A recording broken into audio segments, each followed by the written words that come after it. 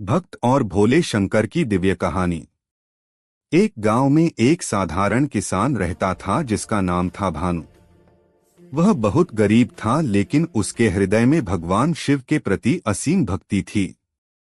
हर रोज सुबह वह नदी से जल लाकर पास के एक पुराने शिवलिंग पर चढ़ाता, बेलपत्र अर्पित करता और सच्चे मन से प्रार्थना करता।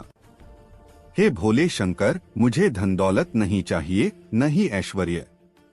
बस इतनी कृपा करो कि मेरी भक्ति बनी रहे और मैं तुम्हें न भूलूं। एक बार गांव में भयंकर अकाल पड़ा। सबके खेत सूख गए।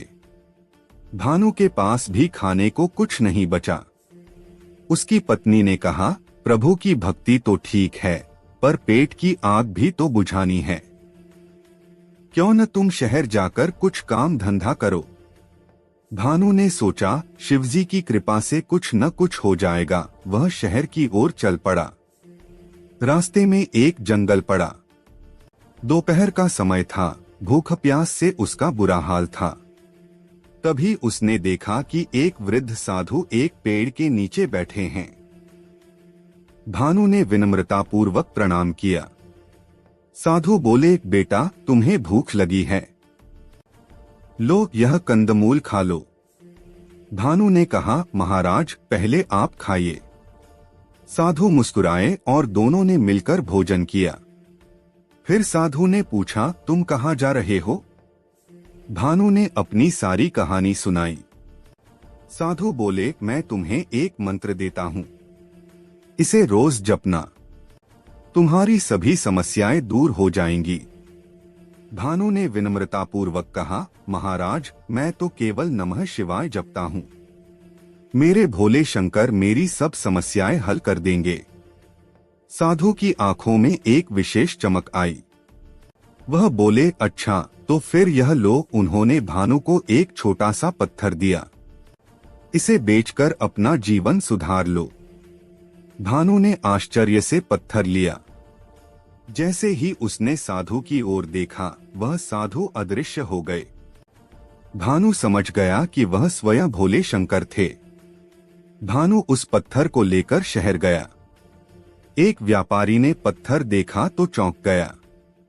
वह कोई साधारण पत्थर नहीं, बल्कि बहुमूल्य हीरा था।